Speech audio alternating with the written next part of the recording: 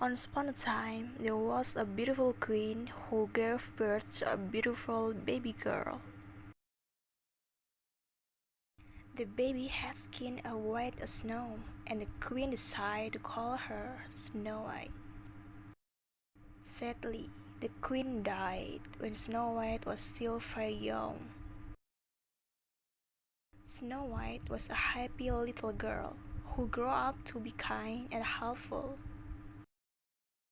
After some time, the king married again, this time to a cruel and wicked woman. The new queen tested Snow White very badly. The witch queen had a magic mirror, and every morning she would stand before it and say, "Mirror, mirror on the wall, who is the fairest of the all?" "You are my majesty," the mirror would always reply. But one day, having asking her mirror the same question, the mirror replied, "Snow White is the first of the all." The queen was furious.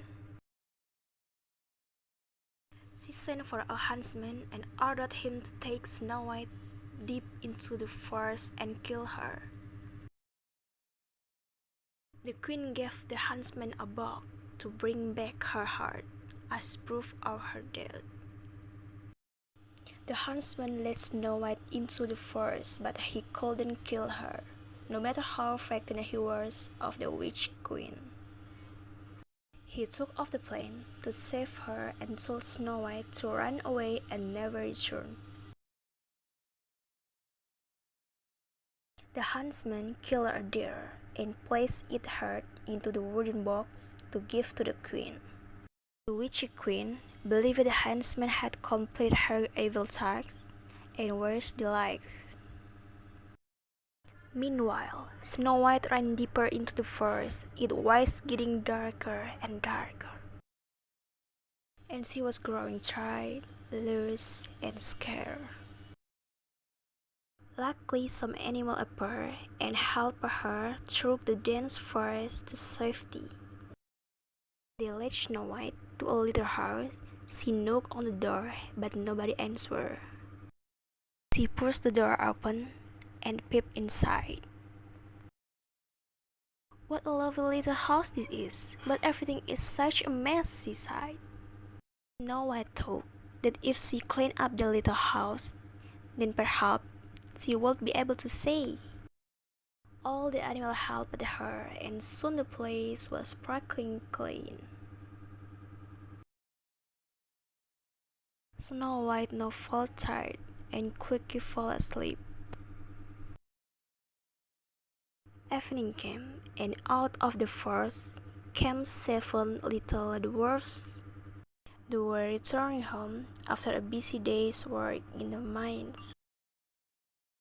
"There's a light coming for our home," one of them shouted. The dwarfs crept up to their house and looked inside. What a surprise they got! The house was clean and tidy. Upstairs, they found a beautiful princess sleeping on their beds. They were frightened of the first, but they soon realized it. Snow White had awoken. How sweet and kind she was!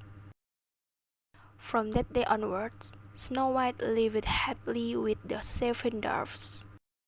Meanwhile, back in the palace, the queen stood in front of her magic mirror and asked, "Mirror, mirror on the wall, where is the first of the all?"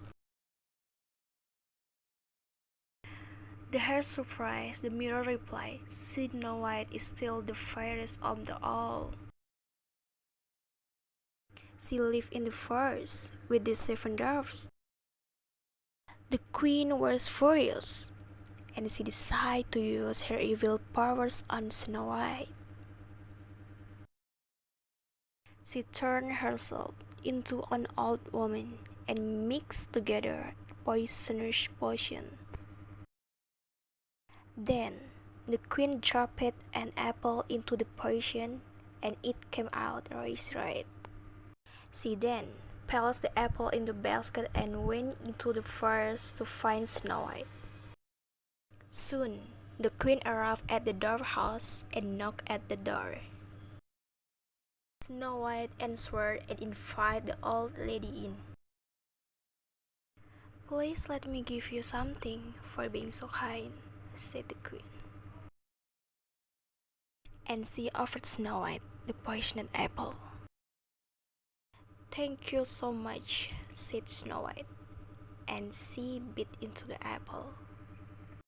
She suddenly grasped her throat and fell to the floor.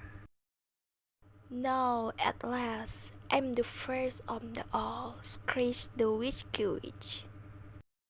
whose old woman disguise melted away to reveal her true self. At night, the dwarfs returned to find Snow White lying on the floor. The dwarfs, heartbroken, placed her body in a glass coffin and took turns to watch over her. A young prince heard about the beautiful princess in the glass coffin and rode out into the forest to find her. As soon as the young prince set eyes on Snow White, he fell deeply in love with her. He lifted up the lid of the glass coffin. As the prince lifted off Snow White's body, the piece of poisoned apple which has been stuck in the throat fell away.